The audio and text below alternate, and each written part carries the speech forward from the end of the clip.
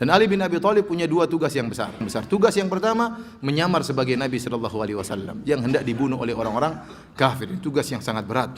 Yang ini menunjukkan kejantanan dan keberanian Ali bin Abi Thalib radhiyallahu taala anhu. Tugas yang kedua adalah mengembalikan barang-barang titipan yang dititipkan oleh orang-orang kafir Quraisy kepada Nabi sallallahu alaihi wasallam. Dan ini perkara menakjubkan. Siang hari bilang Muhammad ente kadzab, ente kada, ente sahir, ente kahin. Malamnya tolong titip saya barang jaga barang saya. Ini menakjubkan. Kenapa? Mereka tidak menemukan ada orang lebih amanah daripada Rasulullah sallallahu alaihi wasallam. Dan Nabi sallallahu alaihi wasallam adalah orang yang amanah. Tatkala beliau dititipkan amanah, beliau tidak bawa lari ke hijrah ke Madinah. Nah, kira-kira kalau kita mau dibunuh, ada orang titip barang sama kita, titip uang emas 1 kilo. Orang ini mau bunuh kita, kira-kira gimana? Oh enak saja, emasnya saya bawa lari. Kalau kita begitu kira-kira, bukan kira-kira, mungkin pasti kali. Emasnya dibawa lari. Tapi Nabi SAW tidak. Rasulullah SAW kembalikan seluruh itu. Bahkan Bismillahirrahmanirrahim. Assalamualaikum warahmatullahi wabarakatuh. Alhamdulillahi ala ihsanihi wa syukru lahu ala taufiqihi wa amtinanihi wa ashhadu an la ilaha illallah wahdahu la syarika lahu ta'ziman li sya'nihi wa ashhadu anna Muhammadan abduhu wa rasuluhu da'ila ridwanihi. Allahumma salli alaihi wa ala alihi wa ashabihi wa ikhwanihi. Para hadirin dan hadirat yang dirahmati oleh Allah Subhanahu wa taala. Alhamdulillah, segala puji dan syukur senantiasa wajib untuk kita panjatkan kehadirat Allah Subhanahu wa taala atas segala limpahan karunia dan nikmat yang Allah senantiasa berikan kepada kita. Semoga salawat dan salam senantiasa tercurahkan kepada junjungan kita, suri teladan kita Nabi Muhammad sallallahu alaihi wasallam dan juga kepada keluarganya serta seluruh sahabat beliau. Para hadirin dan hadirat yang dirahmati oleh Allah Subhanahu wa taala, pembahasan kita pada kesempatan hari ini adalah tentang salah satu rangkaian peristiwa sejarah yang sangat penting dari sirah Nabi sallallahu alaihi wasallam, yaitu tentang kisah hijrah Nabi sallallahu alaihi wasallam. Kita perlu untuk mempelajari sirah Nabi sallallahu alaihi wasallam. Ya, karena dalam sirah banyak sekali pelajaran-pelajaran yang bisa kita ambil dan bisa kita jadikan sebagai pegangan hidup kita dalam menjalani kehidupan yang penuh dengan berbagai macam pernak-perniknya. Oleh karenanya para salaf dahulu mereka mengajari anak-anak mereka. Sampai salah seorang salaf berkata, "Kunna nu'allam as-sirah kama nu'allam surah minal Qur'an." Kami dulu diajar sirah Nabi sebagaimana kami diajarin surat dari Al-Qur'an. Az-Zuhri berkata, "Fi ilmil maghazi ilmu dunya wal akhirah." Dalam ilmu sirah ada ilmu dunia dan ilmu akhirah. Dan yang kita akan bahas pada kesempatan kali ini adalah peristiwa yang sangat besar, yaitu hijrah Nabi sallallahu alaihi wasallam, ya, yang merupakan titik awal tegaknya negara Islam. Titik awal datangnya kemenangan yang Allah berikan kepada Rasulullah sallallahu alaihi wasallam dan para sahabatnya. Di zaman Umar bin Khattab radhiyallahu taala anhu, terjadi permasalahan antara dua orang yang sedang bersengketa. Maka kedua orang ini mengangkat permasalahannya kepada Umar.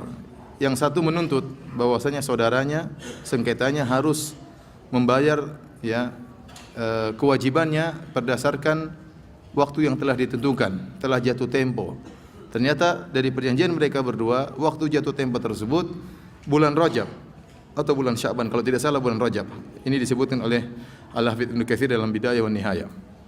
Kemudian Umar tatkala mendapat peristiwa ini atau permasalahan ini, maka Umar heran, tidak disebutkan bulan Rajab yang mana. Apakah bulan Rajab tahun ini, ataukah bulan Rajab tahun yang lalu, ataukah bulan Rajab tahun yang akan datang? Karena waktu itu belum ada penanggalan, belum ada pelanggaran, belum ada peletakan tahun bagi kaum muslimin. Maka tatkala tidak diketahui tahun keberapa, tidak ditulis bulan Rajab pada tahun sekian, karena belum ada tatkala itu penanggalan tahun bagi kaum muslimin. Maka kemudian Umar bin Khattab radhiyallahu taala anhu mengumpulkan para sahabat untuk membicarakan masalah ini. Sebagian sahabat, ya, ingin menentukan tahun pertama dengan lahirnya Nabi sallallahu alaihi wasallam. Sebagian sahabat ingin meletakkan tahun pertama dengan diutusnya Rasulullah sallallahu alaihi wasallam sebagai seorang nabi. Dan sebagian lagi sahabat ingin agar tahun pertama, yaitu tahun di mana hijrahnya Nabi sallallahu alaihi wasallam dari Mekah menuju Madinah. Maka akhirnya para sahabat sepakat untuk menjadikan tahun Islam, tahun pertama adalah tahun di mana Nabi sallallahu alaihi wasallam berhijrah dari Mekah menuju ke kota Madinah. Ini menunjukkan bahwasanya peristiwa hijrah adalah peristiwa yang penting, yang sangat berkesan dalam hati-hati para sahabat radhiyallahu taala anhum ajmain. Bagaimana kisah hijrah Nabi sallallahu alaihi wasallam?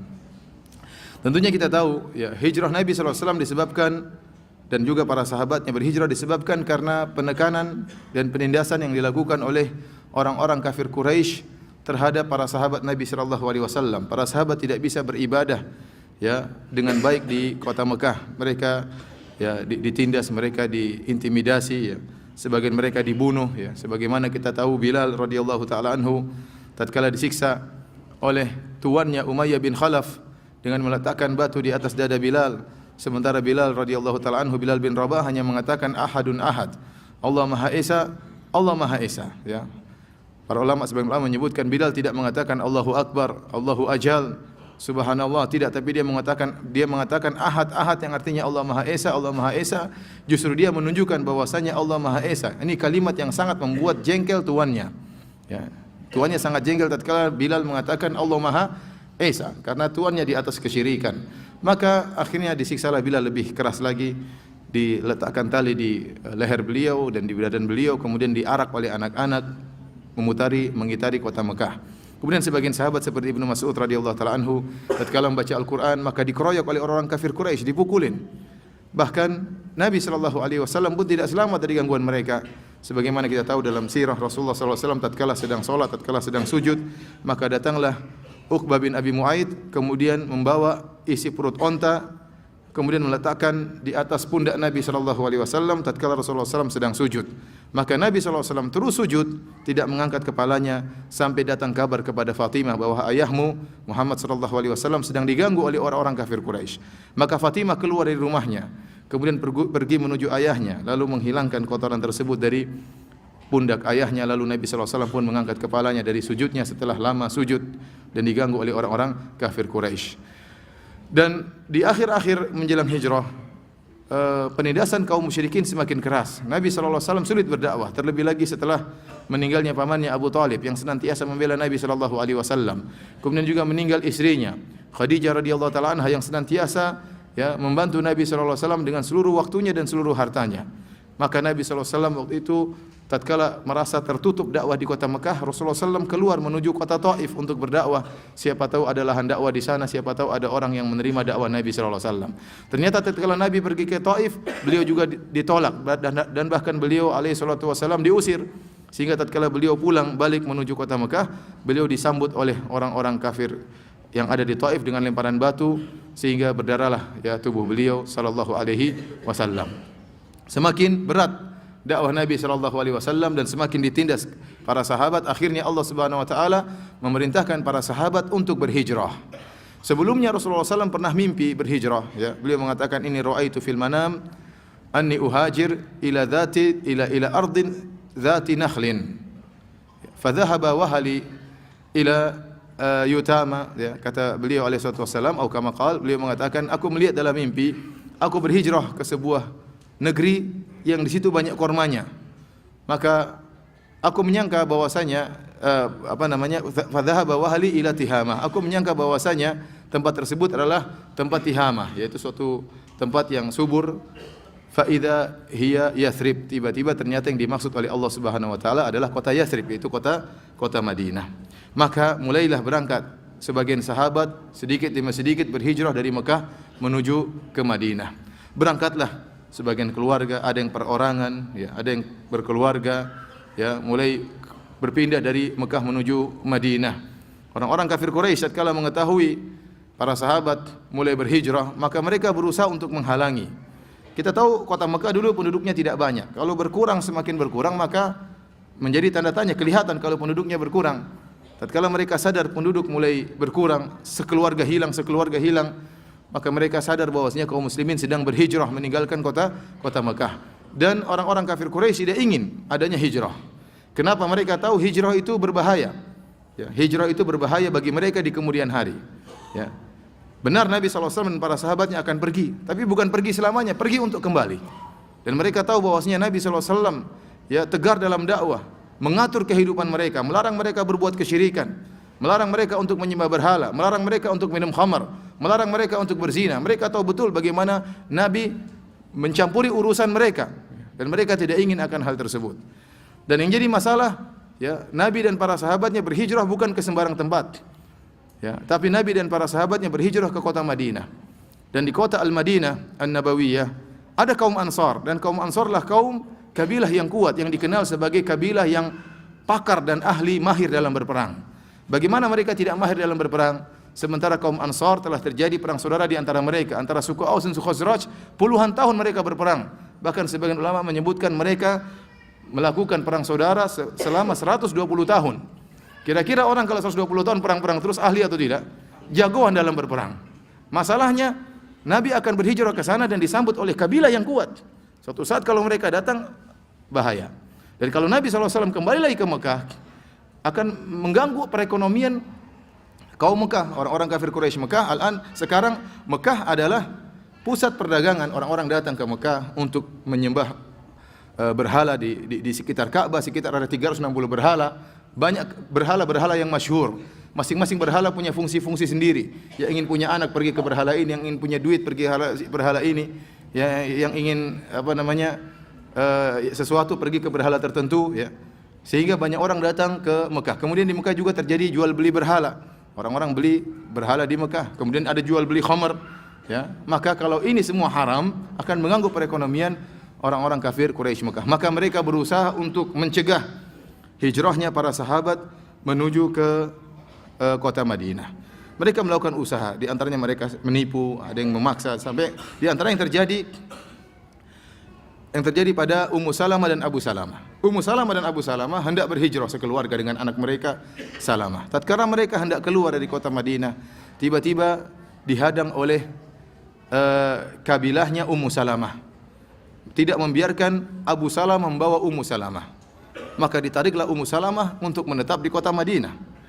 Abu Salamah hendak berangkat. Tatkala kabilah Abu Salamah melihat bahwasanya anggota kabilah mereka Abu Salamah dipisahkan dari istrinya, Ummu Salamah membawa anaknya Salamah, maka kabilah Abu Salamah juga tidak terima, maka dia pun mengambil kembalikan anak kami, karena Salamah adalah keturunan Abu Salamah, secara darah kembali kepada kabilahnya Abu Salamah. Maka ditariklah Salamah, saling tarik-tarikan antara dua kabilah sehingga tangannya terlepas, ya, Salamah. Maka kemudian pergilah Abu Salamah menuju ke Madinah. Ummu Salamah kemudian berdiam di kota Mekah, ya, hampir setahun penuh beliau keluar menangis setiap hari, demikian kerjanya, menangis dan menangis dan menangis.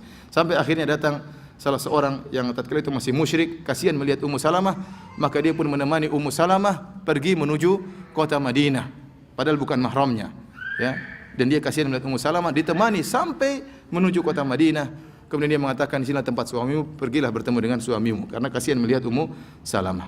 Oleh karenanya para hadirin dan hadirat yang dirahmati oleh Allah Subhanahu wa taala, ya, orang-orang kafir Quraisy berusaha mencegah terjadinya hijrah. Akan tapi para sahabat terus berhijrah dan berhijrah. Semua sudah berangkat. Tinggal segelintir orang, di antaranya Nabi sallallahu alaihi wasallam, Abu Bakar dan Ali bin Abi Thalib dan sebagian al-mustad'afin, orang-orang yang lemah yang tidak bisa berhijrah. Nabi sallallahu alaihi wasallam ingin para sahabat semua berhijrah terlebih dahulu. Dia sebagai pemimpin, dia bertanggung jawab agar para sahabat aman terlebih dahulu, bukan dia kabur terlebih dahulu, tidak. Dia ingin para sahabat semua pergi, sementara tinggal beberapa orang.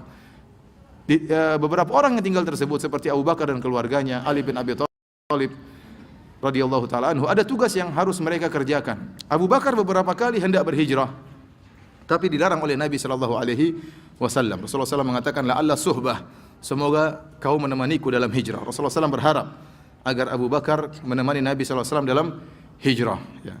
Sampai akhirnya Allah Subhanahu wa taala mengizinkan Nabi untuk berhijrah.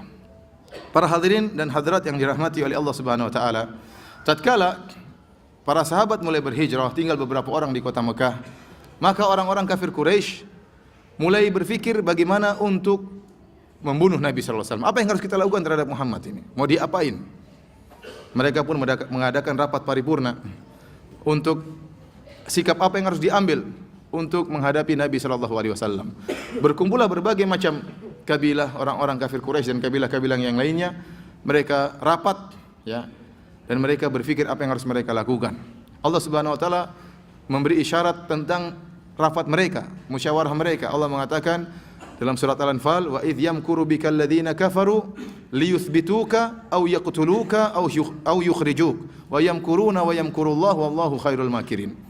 Tatkala mereka orang-orang kafir berbuat makar untuk yuthbituk ay yahbasuk, dalam rangka untuk membelenggumu atau memenjarakanmu wahai Muhammad, atau membunuhmu atau mengusirmu. Kira-kira ada 3 pendapat besar dalam rapat tersebut. Ada yang mengatakan bunuh saja, ada yang mengatakan belenggu saja, di penjara, tangkap dan di penjara. Ada yang mengatakan usir saja. Ya. Semuanya ide-ide yang bagus. Untuk membunuh mereka pikir panjang. Kalau kita bunuh Muhammad bahaya. Muhammad memiliki kabilah yang kuat, Bani Hashim. Bani Hashim kabilah yang kuat. Ya. Kalau kita bunuh Muhammad, maka yang membunuh akan bermasalah. Karena Bani Hashim meskipun sebagian mereka banyak yang kafir, tapi mereka punya ta'assub fanatik kabilah. Kalau ada anggota kabilah yang terbunuh, mereka akan menyerang. Lihatlah bagaimana Abu Talib, meskipun dia musyrik, namun dia dari Bani Hashim, dia tetap membela keponakannya, rela mati demi membela keponakannya Muhammad sallallahu alaihi wasallam. Kalau kita bunuh Muhammad repot. Akan bermasalah, yang membunuh akan bermasalah. Maka tatkala mereka bingung apa yang harus mereka lakukan terhadap Rasulullah sallallahu alaihi wasallam, disebutkan dalam sebagian riwayat, namun riwayatnya lemah, bahwasanya iblis menjelma menjadi seorang syekh. Syekh dari Najd, kemudian ikut rapat, kemudian kasih ide. Seorang syekh yang bijak. Kemudian mengatakan, ya sudah, tidak usah repot-repot, begini saja caranya. Ini katanya iblis menjelma, kemudian memberi ide. Kumpulkan dari seluruh kabilah puluhan pemuda yang bertubuh kuat. Kemudian setiap pemuda tersebut ya, menghunus pedang mereka dari berbagai macam kabilah. Kemudian membunuh Nabi secara serentak. Sehingga darah Nabi akan tersebar. Kalau Muhammad SAW meninggal dunia, maka darahnya akan tersebar di berbagai macam kabilah. Nah, kalau Bani Hashim ingin balas dendam, dia bingung. Siapa yang mau dilawan? Yang bunuh rame-rame dari berbagai macam kabilah. Ini ide yang bilang siapa? Iblis. Namun dibantah oleh sebagian ulama, riwayatnya riwayat yang lemah. Sehingga tidak riwayat yang mengatakan iblis menjelma menjadi seorang syekh, ini riwayat yang lemah dan tidak perlu iblis. Tatkala itu sudah ada Abu Jahal. Ini iblis tidak perlu. Abu Jahal sudah canggih. Intinya akhirnya mereka ingin membunuh Nabi sallallahu alaihi wasallam dan mereka berencana untuk membunuh Nabi sallallahu alaihi wasallam di waktu subuh. Maka Rasulullah SAW diberi kabar oleh Jibril untuk tidak tidur di rumahnya. Rasulullah SAW pun mulai mempersiapkan dirinya ya untuk menghadapi ya rencana makar buruk kaum musyrikin. Allah turunkan ayat tadi saya katakan, wa idh yamkuru bikal ladzina kafaru. Sungguhnya orang-orang kafir sedang berbuat makar untuk membunuhmu atau mengusirmu atau membelenggumu. Wa yamkurullah, mereka berbuat makar, Allah juga berbuat makar. Dan makar Allah lebih hebat daripada makar mereka. Maka di siang hari, sebagaimana dalam Sahih Al-Bukhari, Rasulullah SAW pun datang di siang hari tidak seperti biasanya, waktu istirahat. Datanglah Nabi menuju rumah Abu Bakar radhiyallahu taala anhu dalam kondisi mutalathiman, dalam kondisi menutup wajahnya. Ini waktu yang tidak biasa. Makanya Abu Bakar radhiyallahu taala anhu tatkala melihat datangnya Nabi di waktu tersebut, dia mengatakan pasti ada sesuatu. Kenapa Rasulullah SAW datang di waktu siang seperti ini, waktunya orang istirahat. Benar, ternyata Nabi SAW setelah datang menemui Abu Bakar, kemudian Rasulullah SAW minta izin untuk bertemu dengan Abu Bakar. Setelah itu Rasulullah SAW mengatakan dalam Sahih Al-Bukhari, kata Rasulullah SAW, akhrij man indak. Wahai Abu Bakar, keluarkan orang yang ada dalam rumah. Kenapa ini? Rasulullah SAW ingin berbicara rahasia dengan Abu Bakar. Mereka akan melakukan perjalanan maut, ya. Perjalanan maut, ya, menuju kota Madinah. Sementara orang-orang Mekah hendak membunuh Nabi sallallahu alaihi wasallam. Maka perkaranya harus rahasia. Sampai-sampai Nabi mengatakan kepada Abu Bakar, akhrij man indak, keluarkan orang yang ada dalam rumahmu. Dan ini dalil yang sangat kuat bahwasanya Rasulullah sallallahu alaihi wasallam tidak tahu ilmu gaib. Rasulullah SAW tidak tahu siapa dalam rumah. Kemudian Abu Bakar mengatakan, innama huwa ahluk, ya Rasulullah, dalam rumah adalah istrimu Aisyah radhiyallahu taala anha, tidak ada orang lain.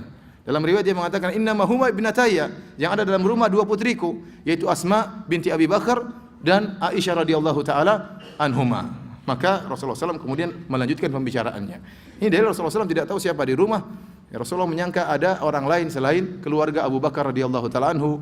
Maka Rasulullah SAW mengatakan akhrij man hindak. Dan dalil yang menunjukkan Nabi SAW tidak tahu ilmu gaib ya sangatlah banyak ya. Sebagaimana telah sering kita sampaikan, di antara dalil yang paling kuat akan hal ini adalah tentang kisah Aisyah radhiyallahu taala anha tatkala dituduh sebagai wanita yang sedang telah melakukan perzinahan ya dengan Sofwan bin Mu'attal As-Sulami. Sampai sebulan penuh Nabi SAW tidak tahu istrinya berzina atau tidak ya. Dan Aisyah terus menangis dan menangis sampai Aisyah tidak kuat melihat sikap suaminya. Rasulullah SAW tidak lembut sebagaimana biasanya. Rasulullah SAW merubah sikapnya. Biasanya Rasulullah SAW lembut, biasanya Rasulullah SAW mencium Aisyah. Tatkala tersebar bahwasanya Aisyah berzina, Rasulullah SAW hanya masuk ke rumahnya dan mengatakan kaifatikum, kaifahaluk, cuma begitu saja. Aisyah kehilangan kelembutan Nabi yang seperti biasanya. Kenapa? Aisyah sedang dituduh berzina, maka Aisyah minta izin untuk pulang ke rumah orang tuanya, ke rumah Abu Bakar dan ibunya Ummu Ruman. Sampai akhirnya setelah sebulan, ya, Nabi SAW tidak tahu apakah Aisyah berzina atau tidak. Sampai Rasulullah SAW bertanya kepada Ali bin Abi Thalib, bagaimana menurutmu? Sampai bertanya kepada pembantu Aisyah, bagaimana Aisyah ini? Pembantunya mengatakan dia adalah wanita yang baik, hanya saja kalau dia lagi membuat ajinah, lagi membuat adonan roti, dia tertidur, maka datanglah kambing memakan adonan roti tersebut. Itu saja kekurangan Aisyah, yang lain enggak ada. Intinya Rasulullah SAW tidak tahu tentang hakikat yang terjadi, telah terjadi perzinahan atau tidak. Sementara Rasulullah SAW gelisah sebulan penuh. Sampai akhirnya setelah sebulan, maka Rasulullah SAW datang ke rumah Abu Bakar. Di situ ada Aisyah. Maka Rasulullah SAW pun mengatakan kepada istrinya Aisyah, ya Aisyah, wahai Aisyah, in kunti bari'atan fasayubarri'ukillah. Kalau engkau ternyata suci wahai Aisyah, Allah akan membelamu. Wa in kunti alamti bidzam, tapi kalau kau berbuat dosa, maka fastaghfirillah, maka bertobatlah kepada Allah, wa tubi ilaih, dan bertobatlah kepada Allah, istighfarlah kepada Allah Subhanahu wa taala. Perkataan ini membuat Aisyah kaget. Kenapa? Berarti suaminya ragu. Suaminya mengatakan, kalau kau baik Allah akan bela, tapi kalau kau enggak baik ngaku saja. Ini kan sedih Aisyah. Tatkala mendengar perkataan tersebut, kata Aisyah, qalusat dam'i, maka air mataku berhenti karena kaget melihat pernyataan suami. Ini menunjukkan Nabi tidak tahu ilmu gaib. Maka tatkala itu Aisyah mengatakan, ya Abi, ajib anni Rasulullah, wahai ayahanda, bantah itu Nabi sallallahu alaihi wasallam. Kata Abu Bakar, la adri madza aqul, saya tidak tahu apa yang saya ucapkan. Kemudian dia mengatakan, ya ummi, ajibi anni Rasulullah, wahai ibuku, jawab itu perkataan Rasulullah sallallahu alaihi wasallam. Maka Ummu Ruman, ibunya Aisyah, mengatakan, la adri madza aqul, saya tidak tahu apa yang harus aku ucapkan. Tiba-tiba Nabi sallallahu alaihi wasallam terdiam, datang wahyu, keluar keringat dari tubuh beliau, maka turunlah sekitar 15 ayat menjelaskan bahwasanya Aisyah radhiyallahu taala anha bersih dari tuduhan perzinahan. Maka Rasulullah SAW pun tertawa dan mengatakan Allah telah membela Aisyah radhiyallahu taala anha. Setelah itu maka Abu Bakar dan ibunya Aisyah mengatakan, "Qumi ila Rasulillah." Wahai Aisyah, berdirilah, sambutlah Rasulullah sallallahu alaihi wasallam. Maka Aisyah mengatakan, "La wallah, demi Allah tidak mau saya pergi ke Nabi sallallahu alaihi wasallam." Kenapa? Yang bela Aisyah bukan siapa? Bukan Nabi. Yang bela Aisyah siapa? Allah. Wala ahmadu illallah. Kata Aisyah, aku tidak akan memuji kecuali Allah Subhanahu wa taala. Bagaimana saya ke Nabi? Nabi tadi baru saja nuduh saya. intinya ada keraguan. Ya, intinya Nabi tidak tahu ilmu gaib. Nabi tidak tahu ilmu gaib. Kalau Nabi tahu ilmu gaib, Nabi tidak perlu mengatakan kepada Abu Bakar, akhrij man indak. Ya. Saya ulangi tadi, bukan Nabi menuduh Aisyah, tapi ada keraguan. Nabi tidak ingin mendahului Allah Subhanahu wa taala. Dia percaya Aisyah wanita yang suci, tapi tidak bisa dia mengatakan Aisyah tidak berzina. Berarti mendahului apa? Allah Subhanahu wa taala. Maka Nabi tetap saja ada keraguan dan menunggu kepastian dari Allah Subhanahu wa taala. Para hadirin rahmati Allah Subhanahu wa taala, maka karena Nabi tidak tahu ilmu gaib, Nabi mengatakan akhrij man indak, keluarkan orang ada di rumahmu. Ternyata yang ada Aisyah dan Asma binti Abi Bakar radhiyallahu taala anhuma. Maka Rasulullah SAW pun mengatakan, wahai Abu Bakar, kita akan berhijrah. Kita akan berhijrah. Maka tatkala itu Aisyah menyiapkan makanan buat suaminya. Kemudian Asma bintu Abi Bakar radhiyallahu taala anha, kemudian setelah dimasukkan makanan dalam tempatnya, maka dia pun melepaskan nitoknya.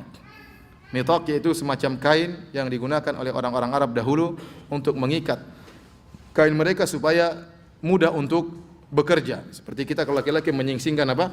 Lengan baju, tapi mereka mengkeraskan ikatan rok ya untuk bisa mudah untuk bekerja. Ikatan tersebut dilepas oleh Asma, kemudian digunting menjadi dua, kemudian digunakan sebagai pengikat makanan Nabi sallallahu alaihi wasallam. Maka Asma dijuluki dengan Asma Dzatun Nitaqain. Dialah wanita yang memiliki dua pengikat. Ini menjadi gelar bagi Asma karena dia telah melakukan perbuatan yang mulia, menyiapkan makanan buat Nabi sallallahu alaihi wasallam untuk berhijrah. Maka dia diberi gelaran dengan gelaran yang indah, Dzatun Nitaqain, wanita yang memiliki dua tali pengikat. Kemudian Abu Bakar radhiyallahu taala anhu telah menyiapkan 2 ekor onta. Kemudian dia mengatakan, ada tuhuma, saya telah menyiapkan 2 ekor onta ini ya Rasulullah. Ihdahuma lak, satunya hadiah buat engkau ya Rasulullah. Kata Rasulullah SAW, akhadtuha bisaman, saya tidak akan mengambil onta ini kecuali dengan bayaran. Rasulullah SAW tidak mau terima hadiah siapa? Abu Bakar radhiyallahu taala anhu. Padahal kebiasaan Nabi menerima hadiah. La yaruddu hadiah. Rasulullah SAW tidak menolak hadiah. Tapi pada saat itu dalam Sahih Bukhari, Rasulullah SAW tidak mau mengambil unta tersebut kecuali dengan apa? Dengan bayaran. Kata para ulama, Karena Nabi SAW tahu hijrah adalah ibadah yang sangat mulia, dan dia ingin berhijrah dengan uangnya sendiri, dengan harta dia sendiri, tidak ingin dari harta orang lain. Karena dia tahu hijrah adalah ibadah yang sangat mulia, maka tatkala dikasih oleh Abu Bakar dia tidak terima. Dia mengatakan akhadtuha bithaman, saya akan ambil dengan uang. Maka disiapkanlah. Tidak seperti sebagian orang kalau mau umroh tunggu umroh gratisan dari kantor. Kalau nggak ada gratisan nggak jadi umrah ya, nggak jadi umrah ya. Ini sebagian kita ya, sebagian kita, bukan sebagian orang ya. Para hadirin yang dirahmati oleh Allah Subhanahu wa taala ya. Setelah itu Rasulullah SAW pun memasang strategi. Kira-kira strategi yang sebagian dijelaskan oleh sebagian ulama, kira-kira strategi yang dipasang oleh Nabi SAW sebagai berikut. Rasulullah SAW akan pulang ke rumahnya. Sampai di rumahnya Rasulullah SAW akan menyuruh Ali bin Abi Thalib tidur di tempat tidurnya, berselimutkan dengan selimut Nabi SAW. Dan Ali bin Abi Thalib punya dua tugas yang besar. Dia tinggal di Mekah punya dua tugas yang besar. Tugas yang pertama menyamar sebagai Nabi SAW yang hendak dibunuh oleh orang-orang kafir. Tugas yang sangat berat. Yang ini menunjukkan kejantanan dan keberanian Ali bin Abi Thalib radhiyallahu taala anhu. Tugas yang kedua adalah mengembalikan barang-barang titipan yang dititipkan oleh orang-orang kafir Quraisy kepada Nabi SAW. Dan ini perkara yang sangat menakjubkan. Di antara mukjizat akhlak Nabi SAW, orang-orang kafir Quraisy tidak menemukan orang lain yang lebih amanah dari Rasulullah SAW. Mereka mengatakan Rasulullah SAW pendusta, mereka mengatakan Rasulullah SAW dukun, mereka mengatakan Rasulullah SAW penyihir.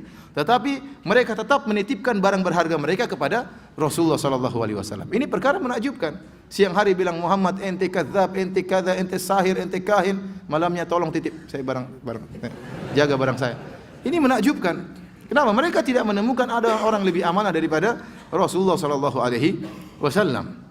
Dan Nabi SAW adalah orang yang amanah. Tatkala beliau dititipkan amanah, beliau tidak bawa lari ke hijrah ke Madinah.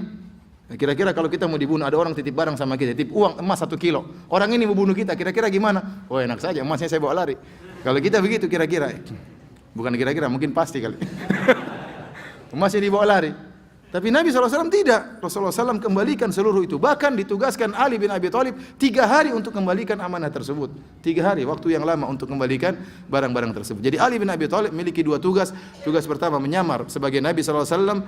Dan yang kedua, tugasnya adalah untuk mengembalikan al-wada'i, barang-barang yang dititipkan kepada Nabi SAW. Setelah itu Nabi SAW rencananya akan keluar ya, di awal malam menuju ke rumah Abu Bakar. Kenapa? Orang-orang kafir Quraisy akan menyerang Nabi di waktu kapan? Subuh hari. Kemudian setelah sampai di rumah Abu Bakar, Rasulullah SAW akan menetap agak malam. Sampai setelah lewat tengah malam, Rasulullah SAW akan keluar bersama Abu Bakar dari rumah Abu Bakar membawa onta ya, lewat jendela belakang. Jadi disebut dalam hadis lewat jendela belakang rumah Abu Bakar, bukan lewat pintu depan. Kenapa? Dikhawatirkan ada mata-mata. Karena sekarang orang-orang sedang mencari Nabi SAW dan kemungkinan mereka juga akan mengintai rumah Abu Bakar. Ya, karena Abu Bakar sahabat dekat Nabi SAW. Maka Rasulullah SAW akan keluar dari pintu belakang. Kemudian Nabi SAW menyewa atau membayar seorang penunjuk jalan dari orang Quraisy, orang kafir yang bernama Abdullah bin Uraiqid. Orang ini orang musyrik. Abdullah bin Uraiqid dibayar oleh Nabi SAW untuk menunjuk jalan, mengantar Nabi SAW menuju ke kota Madinah. Menuju ke kota Madinah. Kenapa? Karena jalan dari Mekah menuju Madinah ada 2 jalur. Jalur pertama jalur yang normal yang biasa ditempuh oleh banyak orang, jalur yang mudah ditempuh dan lebih dekat, yaitu jalur menuju ke utara.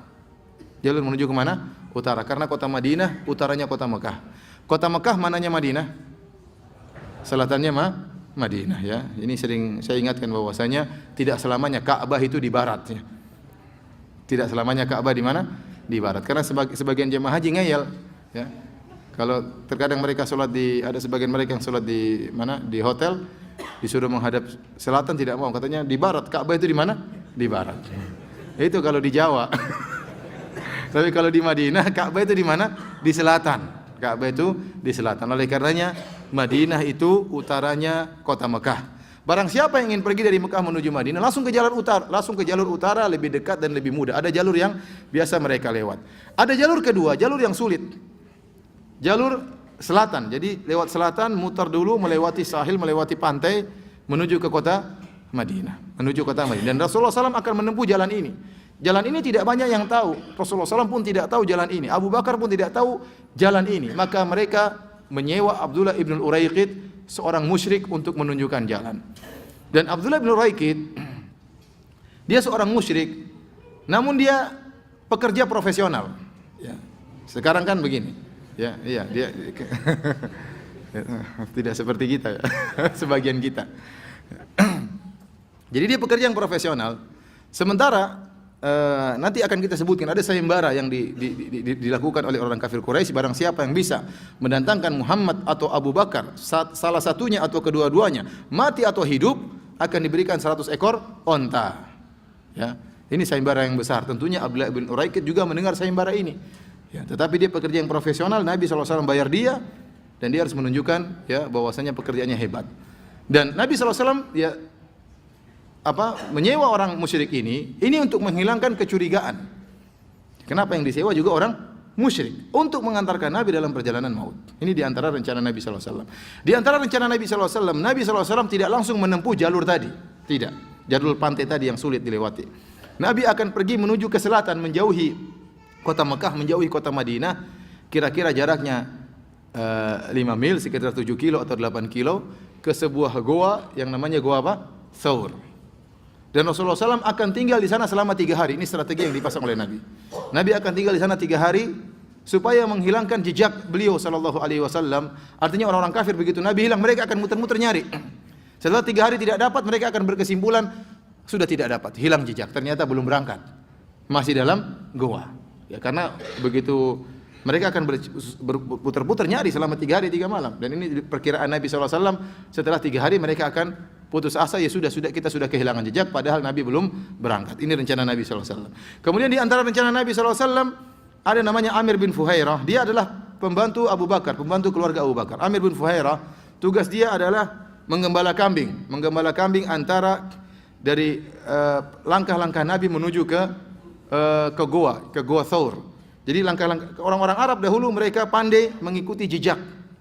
Mereka ada orang-orang yang ahli mengikuti jejak. Kalau mencari seorang, diikuti jejaknya bisa ketahuan. Untuk menghilangkan jejak tersebut, maka ini tugas Amir bin Fuhairah, menggembala kambing. Kambingnya diputar-putar untuk menapaki jejak Nabi sallallahu alaihi wasallam.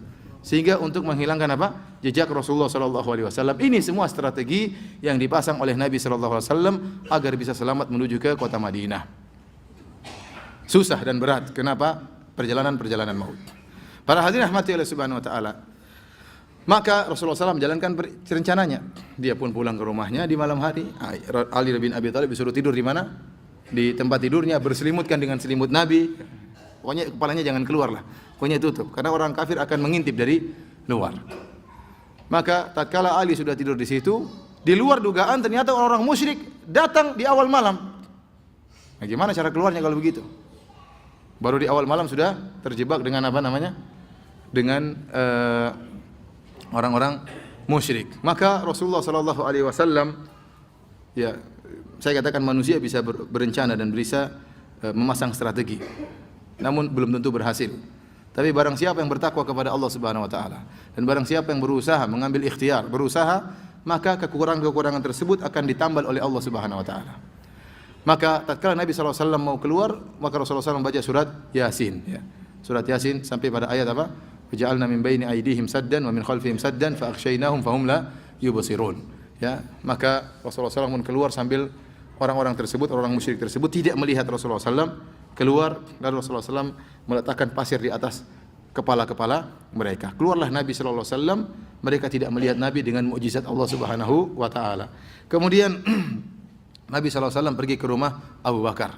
Setelah lewat tengah malam, maka Rasulullah SAW pun pergi bersama Abu Bakar menuju ke Goa Thawr. Sampai di Goa Thawr, maka kedua onta tersebut tidak diparkir di pintu goa, ya. Parkir pintu goa ya pasti ketangkap. Tapi Rasulullah SAW menyuruh Abdullah bin Uraiqid bawa 2 onta tadi, suruh pergi. Nanti 3 hari lagi baru datang bawa onta untuk berangkat, melanjutkan perjalanan. Jadi ini dalam rangka menghilangkan jejak. Maka 2 onta tersebut dibawa oleh Abdullah bin Al-Uraiqid. Para hadirin dan hadirat yang dirahmati oleh Allah Subhanahu wa taala, mungkin ada yang berkata, "Ustaz, kenapa susah-susah sekali, Ustaz? Sudah aja tinggal naik buruk langsung sampai ke Madinah." Iya atau tidak? Bukankah Rasulullah SAW baru saja Isra Mi'raj? Rasulullah SAW Isra Mi'rajnya menjelang apa? Menjelang hijrah. Nah, saat kali naik burak langsung pergi ke mana? Dari Mekah menuju ke mana? Baitul Maqdis, bolak-balik kurang dari 1 malam. Buat apa susah-susah kemudian pasang strategi macam-macam ini naik. Sudah naik burak selamat sama Abu Bakar. Jawabannya Allah alam bisawab, ya. Itu mudah bagi Allah Subhanahu wa taala. Jangankan naik burak, Allah mengatakan mampus Abu Bakar dan seluruhnya, mampus seluruhnya. Langsung bisa menguasai Mekah, tidak perlu lagi hijrah, ya. Tetapi pelajaran yang Allah ingin berikan kepada kita bahwasanya Nabi sallallahu alaihi wasallam beliau pernah menghadapi perjalanan maut dan suatu saat akan ada umatnya yang mengalami seperti ini, mengalami kondisi-kondisi yang sulit, maka mereka umatnya akan ingat bahwasanya Nabi kita ya adalah teladan yang terbaik, pernah mengalami kondisi-kondisi yang sulit. Kalau seluruh kondisi Nabi mukjizat semua, kita bagaimana? Siapa yang kita contohi? Semuanya mukjizat. Abu Bakar apa namanya? Abu Jahal tewas, semuanya tewas. Tewas semuanya terus. Bagaimana kondisi-kondisi berat kita hadapi? Tidak ada contoh. Maka dengan adanya sirah Nabi sallallahu alaihi wasallam, ada pelajaran-pelajaran yang bisa kita ambil meskipun Allah mampu untuk dengan sekali berkata kun fayakun. Para hadirin rahmatillah subhanahu wa taala, maka keluarlah Nabi sallallahu alaihi wasallam menuju ke Gua Thur. Orang-orang musyrikin, mereka tidak sadar, mereka tertidur dalam kondisi kepala mereka ada pasir. Tiba-tiba ada seorang musyrik yang lain yang melihat mereka dan menegur, "Kalian nunggu apa? Kami nunggu Muhammad keluar. Muhammad sudah keluar." Maka mereka pun mengintip di rumah Nabi. Mereka tidak, Muhammad masih ada. Masih ada siapa? Ali bin Abi Thalib. Namun aib bagi mereka, sebagian ulama mengatakan, kenapa mereka tidak menerobos rumah Nabi untuk mengecek, langsung tikam saja? Aib bagi mereka untuk menerobos rumah orang. Ini tradisinya orang-orang Arab, aib. Tapi kalau bunuh enggak apa-apa. Jadi aib mereka tidak masuk, mereka tunggu sampai subuh. Ternyata yang keluar adalah Ali bin Abi Thalib radhiyallahu taala anhu. Setelah Nabi SAW sampai di Gua Thur, maka Amir bin Fuhairah melakukan tugasnya, yaitu menggembalakan kambing untuk menutupi jejak-jejak apa? Langkah Nabi dan Abu Bakar. Amir bin Fuhairah ini di antara tugasnya, dia di malam hari dia tidur bersama Nabi SAW. Di siang hari dia pergi ke Mekah untuk melihat kabar-kabar yang ada di kota Mekah. Apakah timingnya sudah tepat, waktunya sudah tepat Nabi untuk keluar? Dia melihat kondisi suasana dan politik yang ada di Mekah bagaimana? Ya, bagaimana? Apakah mereka masih nyari-nyari? Apakah kaum Quraisy masih menebarkan pasukannya untuk cari sana sini? Ya, karena tatkala mereka sudah kehilangan Nabi sallallahu alaihi wasallam, mereka bikin sayembara. Barang siapa yang bisa mendatangkan Muhammad atau Abu Bakar, satu atau keduanya hidup atau mati, akan mendapatkan 100 ekor unta. Sayembara ini tersebar bukan cuma di penduduk kota Mekah, bahkan seluruh kabilah-kabilah yang ada di Jazirah Arab mendengar sayembara ini. Maka mereka berlomba-lomba untuk menangkap Rasulullah sallallahu alaihi wasallam dan Abu Bakar radhiyallahu taala anhu. Maka ini tugas Amir bin Fuhairah. Malam hari bersama Nabi, siangnya cari berita. Kalau malam hari masuk lagi ketemu Nabi, menyampaikan berita-berita, siangnya pergi lagi. Ya. Demikian selama 3 hari. Qadarullah, meskipun sudah direncanakan dengan perencanaan yang hebat dari Nabi SAW, ternyata orang-orang kafir Quraisy mampu mendapati di mana posisi Nabi. Mereka menggunakan para pencari jejak, mereka temukan juga. Sampai berjalanlah pasukan menuju ke pintu goa. Pintu goa apa? Thur. Dan mereka sudah berada di mulut goa. Sampai-sampai Abu Bakar ketakutan. Dan Abu Bakar Abu Bakar mengatakan, "Lau absara ahaduhum ila tahti qadamaihi la absarana." Wahai Rasulullah, seandainya salah seorang dari mereka pasukan tersebut nengok ke bawah, maka dia akan melihat kita. Kita pasti ketahuan. Ya. Ketahuannya cuma butuh waktu, antum kalau ngelirik butuh waktu berapa detik? Hah? Gak sampai 1 detik kelihatan. Tapi Allah menjaga Nabi dan Abu Bakar. Ya. Maka Abu Bakar mengatakan, "Lau ana ahadahum absara ila tahti qadamaihi la absarana." Kalau salah seorang dari mereka melirik ke bawah saja sudah kita ketahuan. Sudah, gitu. Kenapa? Lirikan itu butuh waktu yang sangat sebentar, ya. Oleh karenanya, tatkala Allah Subhanahu wa taala berbicara tentang menundukkan pandangan, Allah mengatakan, "Kullil mu'minina yaghuddu min absarihim wa yahfadhu furujahum." Katakanlah kepada orang-orang mukmin untuk menundukkan pandangan mereka dan menjaga kemaluan mereka. Dzalika azka lahum. Sungguhnya ini lebih suci bagi mereka. Innallaha khabirum bima yasnaun. Sungguhnya Allah khabir. Allah Maha tahu dengan apa yang mereka lakukan. Allah tidak mengatakan innallaha alim, tetapi Allah mengatakan khabir, dan khabir ini digunakan oleh Allah pada perkara-perkara yang detail. Kenapa? Karena kalau orang melirik cewek, ya, butuh waktu sebentar saja. Tatkala kita lagi bareng-bareng sama teman, terus salah seorang dari kita melirik cewek, 1 detik atau setengah detik, teman-teman kita nggak tahu, tapi kita sudah apa? Ngelirik. Orang-orang tidak sadar ternyata kita lirik. Meskipun teman-teman kita tidak tahu, Allah mengatakan Inna Allah khabir, sungguhnya Allah maha mengetahui lirikan mata kita. Para hadirin hadirat yang dirahmati Allah Subhanahu wa taala, sudah azan kah? Berapa menit lagi? Taib, kita lanjutkan. Allah Subhanahu wa taala menutupi pandangan orang-orang kafir Quraisy padahal butuh waktu cuma sedetik untuk mengetahui kondisi mereka. Ini dalil bahwasanya hadis-hadis yang bercerita tentang adanya sarang laba-laba di mulut goa, ini hadis-hadis yang lemah dan dibantah oleh para ulama. Sebagiannya lemah, sebagiannya palsu, ya. Kenapa? Kalau ternyata benar ada laba-laba bikin sarang, maka tidak perlu Abu Bakar ketakutan. Tidak perlu Abu Bakar ketakutan, berarti pintu gua tertutup. Tetapi memang pintu gua terbuka sehingga kalau sempat melirik ke bawah akan kelihatan. Demikian juga dalil yang menunjukkan bahwasanya tiba-tiba ada tumbuhan, pohon yang tumbuh di mulut goa. Ya, menutupi mulut goa sehingga menutupi mulut goa. Kalau berita ini benar, maka Abu Bakar tidak akan ketakutan. Ya, tetapi Allah lah yang menutup mata mereka dan Allah mampu atas hal ini. Karenanya kalau ada yang mengatakan, Ustaz, tidak ada yang namanya Ya'juj dan Ma'juj. Di mana ada benteng yang dibuat atau bendungan yang dibuat oleh Dzulqarnain? Kita sudah cari-cari, enggak ada, Ustaz. Bahkan Google Earth pun tidak mampu untuk mendapati. Ya, kita bilang Allah mampu untuk menutupi mata-mata kalian, mudah bagi Allah Subhanahu wa taala. Azan ya? Belum. Allah Subhanahu wa taala mampu untuk menutupi mata mereka. Lihatlah, Allah telah menutupi mata mereka tatkala Nabi keluar dari rumahnya. Allah Subhanahu wa taala juga yang menutupi mata mereka tatkala mereka sudah sampai di mulut goa sehingga akhirnya Abu Bakar ketakutan, maka Rasulullah SAW mengatakan, La tahzan, innallaha ma'ana. Jangan kau sedih wahai Abu Bakar, jangan kau khawatir, sungguhnya Allah bersama kita. Dalam hadis Rasulullah SAW mengatakan, Ya Abu Bakrin, ma dhannuka bithnaini Allahu thalithuhuma. Wahai Abu Bakar, bagaimana menurutmu tentang 2 orang Allah yang ketiga? Bagaimana menurutmu tentang 2 orang Allah yang ketiga? Ini lafal umum dari Nabi SAW, berlaku pada Nabi dan Abu Bakar dan juga kepada orang-orang yang beriman dan bertawakal kepada Allah. Jika anda berdua, kemudian anda ketakutan, tapi anda bertawakal kepada Allah, maka yakinlah Allah yang ketiga di antara mereka berdua. Para hadirin dan hadirat yang dirahmati oleh Allah Subhanahu wa taala, akhirnya mereka tidak menemukan Nabi SAW, maka Nabi melanjutkan perjalanan dari goa tersebut keluar menuju ke kota Madinah. Di antara hadis-hadis yang menceritakan perjalanan Nabi SAW ada beberapa peristiwa yang terjadi. Di antaranya tatkala Nabi SAW berjalan dengan Abu Bakar, rupanya ada orang ketemu dengan Abu Bakar, mengenal Abu Bakar. Dan Nabi berjalan di depan. Orang tersebut bertanya, siapa di depanmu? Maka Abu Bakar mengatakan, hadza hadin ila tariq. Ini penunjuk jalan. Abu Bakar mengatakan, Nabi SAW siapa? Penunjuk jalan. Dan ini tauriyah, tidak benar. Abu Bakar dan Nabi sama-sama tidak tahu jalan, makanya sewa penunjuk jalan. Dua-duanya tidak tahu apa? Jalan. Orang yang mendengar perkataan Abu Bakar menyangka maksud Abu Bakar Nabi penunjuk jalan dalam perjalanan. Ternyata maksud Abu Bakar penunjuk jalan menuju surga Allah Subhanahu wa taala. Dan ini namanya tauriyah. Ini boleh dilakukan dalam kondisi darurat bagi kaum muslimin. Asalnya seorang mukmin tidaklah melakukan tauriyah.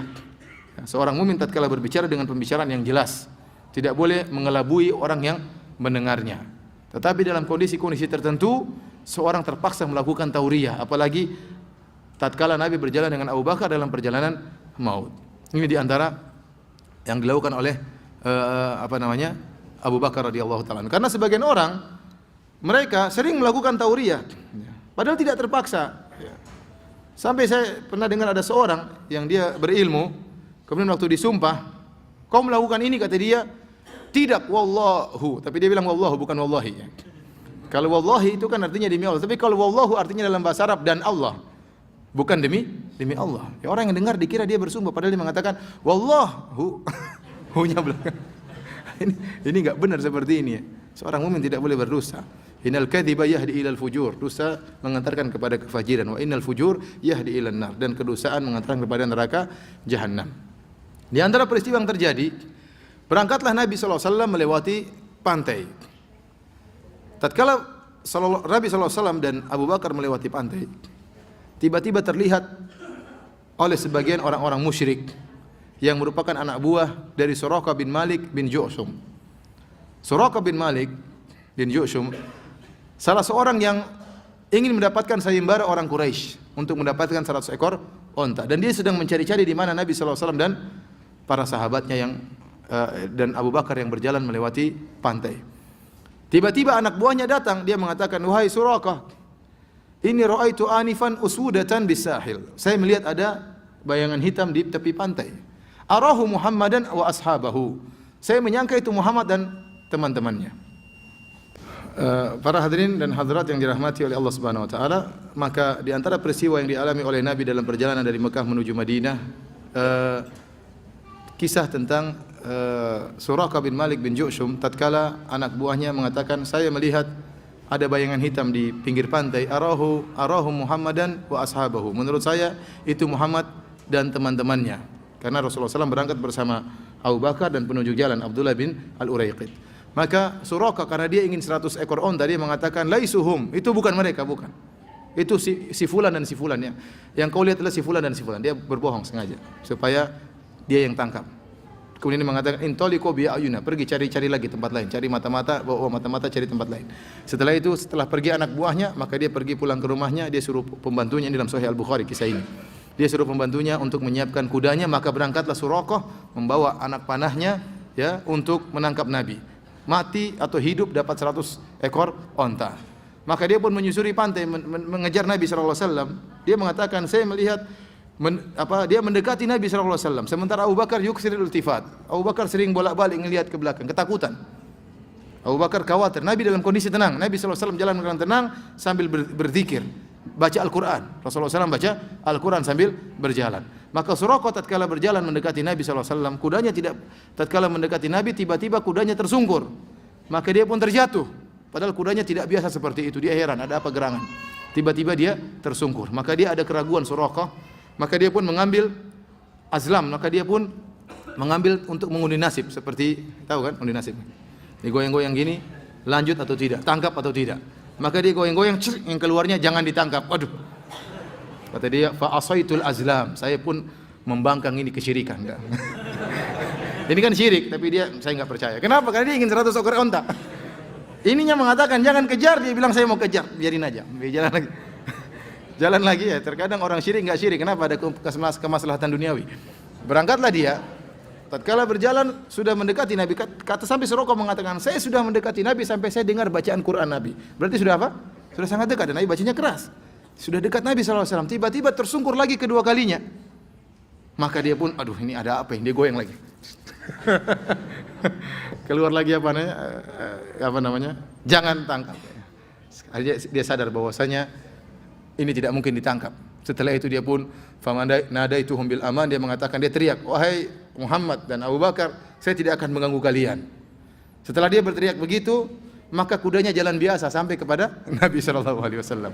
Tadinya tersungkur jalan biasa, akhirnya dia kabarkan, wahai Muhammad, bahwasanya telah ada sayembara, barang siapa yang bisa menangkap kalian berdua, hidup atau mati, akan diberikan 100 ekor onta. Maka Rasulullah SAW berpesan kepada dia, akhfi anna, tolong jangan beritahukan kabar kami. Ya, dia masih musyrik ketika Suraqah belum masuk Islam. Ada riwayat, tapi riwayat dipermasalahkan, ada yang mengatakan lemah tentang kisah pertemuan Nabi dengan Suraqah. Tapi riwayat yang sahih, Nabi juga mengatakan demikian, sembunyikan kabar kami. Maka Rasulullah SAW pun berangkat berjalan menuju ke kota Madinah. Perjalanan Nabi SAW dari Mekah menuju Madinah butuh belasan hari. Nabi SAW tatkala haji wada dari Madinah menuju ke Mekah, perjalanan sekitar 8 hari atau 9 hari. Rasulullah SAW keluar tanggal 24 atau 25 Zulqa'dah. 24 atau 5 Zulqa'dah, kemudian sampai di Mekah tanggal 4 Zulhijjah. Kira-kira berapa hari itu? Kira-kira 8 atau 9 hari. Ya. Ini perjalanan yang mudah dan cepat. Sekarang Nabi SAW perjalanan jadi panjang. Kenapa? Mampir dulu, mundur dulu 8 kilo atau 7 kilo ke Gua Thawr, kemudian tinggal di Gua Thawr berapa hari?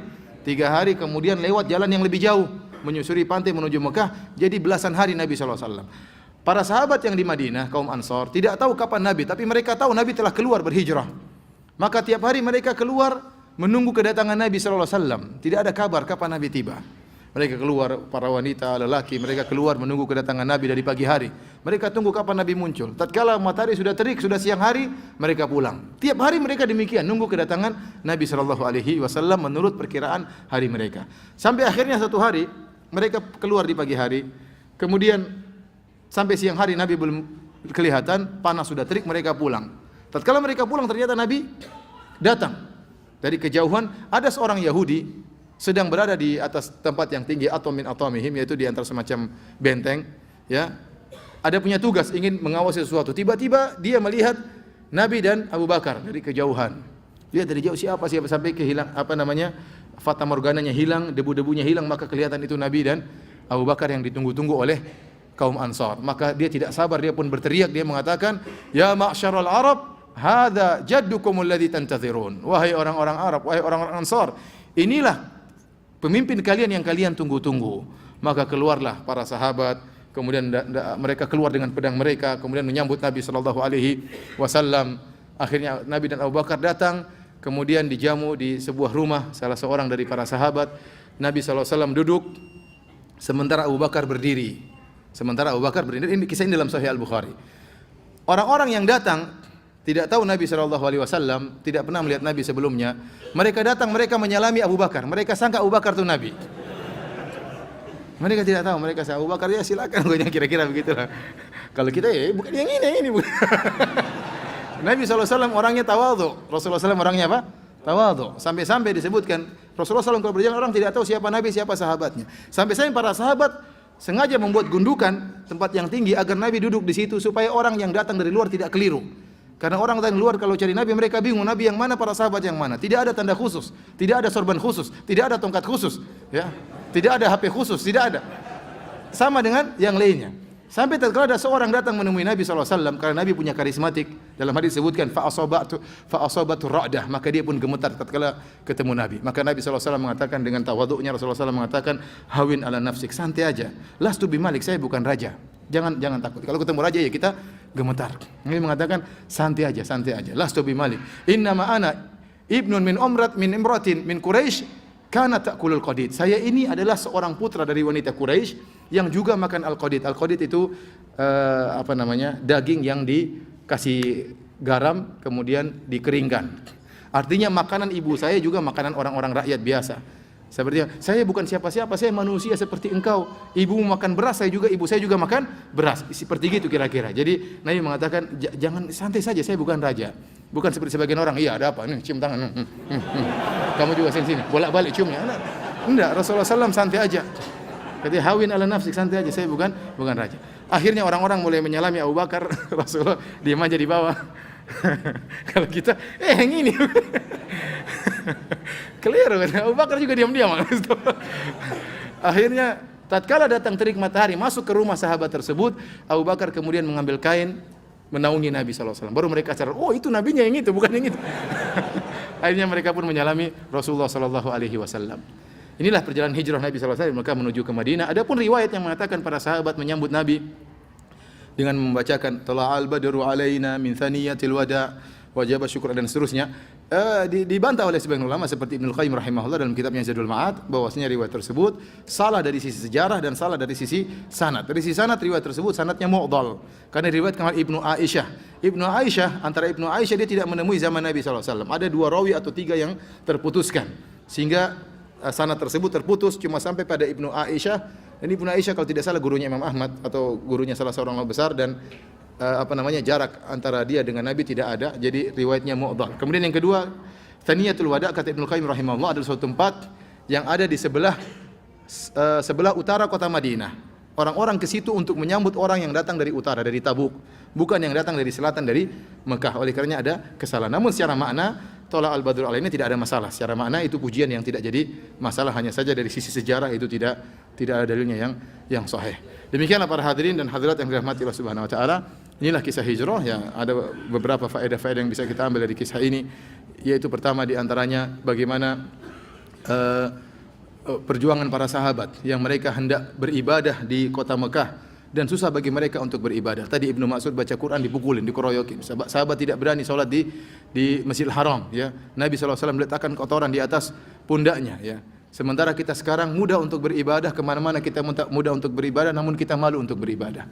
Ya, saya ingin bagaimana kita bisa suasana kita di bandara, kita baca Quran misalnya, dalam pesawat, apa salahnya kita buka Al-Quran kemudian kita baca, tatkala kita sedang di halte misalnya, apa salahnya kita bertasbih, bertakbir, astagfirullah, astagfirullah dengan mengeraskan suara, apa salahnya? Ya, kita hidupkan, mumpung kita masih bisa berzikir, di pasar kita bisa berzikir, di bandara kita bisa baca Quran. Ingat para sahabat dahulu, mereka susah untuk bisa beribadah tatkala di Mekah. Sekarang telah terbuka kemudian bagi kita, namun kita malu. Sementara pelaku maksiat tidak malu untuk melakukan kemaksiatannya. Kenapa kita pakai untuk beribadah? Cuek aja. Biar orang nggak bilang apa. Kita zikir ya kita zikir, baca Quran ya baca Quran. Ya, semoga tatkala orang lihat kita baca Quran, dia tersentuh hatinya.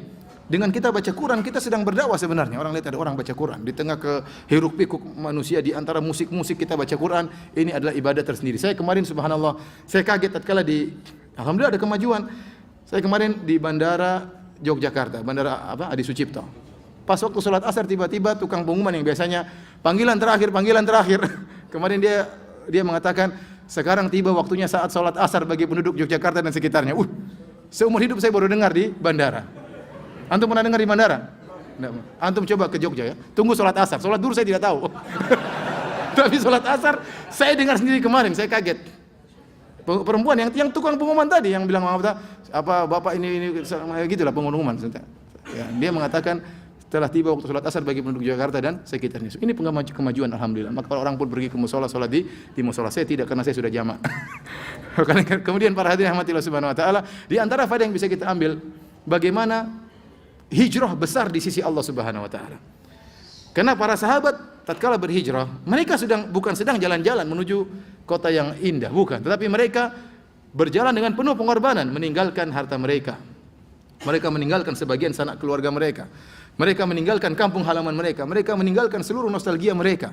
Bagaimanapun orang cinta sama tempat kelahirannya. Mereka tinggalkan itu semua, usaha mereka, harta mereka tinggalkan menuju ke kota Madinah yang tidak jelas bagaimana kotanya, yang cuacanya berbeda dengan cuaca kota Mekah. Kalau dingin sekali, kalau panas sekali. Kota Madinah yang dikenal memiliki hummal Madinah, demam kota Madinah, yang kemudian Nabi berdoa agar memindahkan demam tersebut. Ya, seperti kalau kita ke Irian dikenal dengan malaria, ya. Di Madinah dulu ada kenal demam, orang situ pasti kena demam. Kalau tidak terbiasa dengan kota Madinah. Para sahabat ke sana, lihat bagaimana mereka tatkala sampai di Madinah, mereka banyak di antara mereka yang lapar, miskin, sampai mereka tidurnya tidak ada tempat rumah menaungi mereka, mereka tidur di belakang masjid namanya Suffah. Mereka tinggal di situ karena darurat, tidak ada orang yang menaungi mereka, terpaksa mereka tinggal di Suffah. Sampai bagaimana sebagian sahabat tidak makan tiap hari kecuali korma. Sampai mereka mengeluh kepada Nabi, "Ya Rasulullah SAW, korma telah membakar perut kami." Sampai Abu Bakar pingsan, Abu Hurairah pingsan gara-gara terus makan apa? Korma. Ya, korma enak, tapi kalau tiap hari pingsan. Sampai ada anak-anak menyangka Abu Hurairah orang gila. Ya, kenapa? Karena pingsan. Ada yang disangka kemasukan jin. Karena apa? Kelaparan. Oleh karenanya Allah mengagungkan perkara hijrah, dan Allah mengagungkan para sahabat yang berhijrah. Kata Allah Subhanahu wa taala, "Lil fuqara'il muhajirin alladziina ukhriju min diyarihim wa amwalihim yabtaguna fadlan min Allahi wa ridwana wa yansuruna Allah wa rasulahu ulaika humus shadiqun." Dan kaum muhajirin yang mereka miskin, yang mereka terusir dari negeri mereka, terusir dari harta mereka.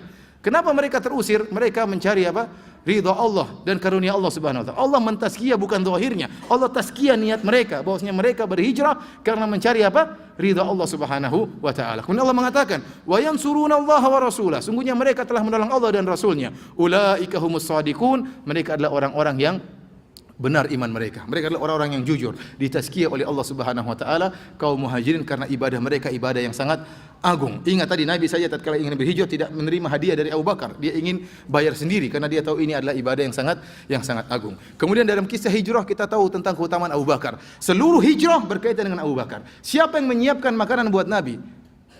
Putrinya Abu Bakar. Siapa yang mengikat makanan Nabi? Putrinya Abu Bakar. Siapa yang menemani Nabi? Abu Bakar radhiyallahu taala anhu dalam perjalanan maut. Ya. Siapa yang menutup jejak-jejak pembantunya? Abu Bakar. Semua kisah hijrah berkaitan dengan keluarga Abu Bakar radhiyallahu taala anhu, keluarga yang penuh dengan keberkahan. Ya. Oleh karenanya sungguh celaka orang-orang yang mencaci maki Abu Bakar, melaknat Abu Bakar, merasa beribadah dengan melaknat Abu Bakar, merasa masuk surga dengan melaknat Abu Bakar radhiyallahu taala anhu. Mereka tidak punya jasa sama sekali tentang Islam. Mereka tidak punya jasa sama sekali, bahkan mereka merusak Islam, sementara mereka mencaci Abu Bakar yang jasanya luar biasa terhadap Islam. Apa kata Rasulullah SAW? Rasulullah SAW dalam hadis Abu Hurairah, Rasulullah SAW mengatakan, "Ma nafa'ani malu ahadin, ma nafa'ani malu Abi Bakar." Tidak ada harta yang bermanfaat bagiku sebagaimana hartanya Abu Bakar. Fabaka Abu Bakar, maka Abu Bakar radhiyallahu taala anhu menangis dan dia berkata, "Ya Rasulullah, mali nafsi wali mali illa lak." Ya Rasulullah, tidaklah jiwaku dan hartaku kecuali untuk engkau wahai Rasulullah sallallahu alaihi wasallam. Benar, mungkin sekarang ada orang bersedekah dengan harta yang banyak, lebih banyak daripada harta Abu Bakar. Tetapi Abu Bakar bersedekah tatkala di waktu awal Islam. Di awal waktu Islam dirintis, ya butuh tatkala itu uang, butuh waktu harta untuk bisa menegakkan Islam. Di situ Abu Bakar berperan, sangat berperan. Oleh karenanya tatkala Bilal disiksa, Nabi tidak bisa menolong Bilal. Hampir mati disiksa. Yang bisa menolong siapa? Abu Bakar radhiyallahu anhu dengan membeli Bilal dari Umayyah bin Khalaf. Para hadirin rahmatillah subhanahu wa taala, inilah mungkin sebagian faedah yang bisa kita ambil dari kisah hijrah Nabi sallallahu alaihi wasallam. Semoga Allah Subhanahu wa taala mengumpulkan kita bersama Nabi dan para sahabatnya. Langsung sholat apa ada tanya jawab? Langsung sholat aja ya. Tidak usah tanya-tanya lah. Demikian saja, wabillahi taufiq wal hidayah. Subhanakallah bihamdik, asyhadu an la ilaha illa anta, astaghfiruka wa atubu ilaik. Assalamualaikum warahmatullahi wabarakatuh.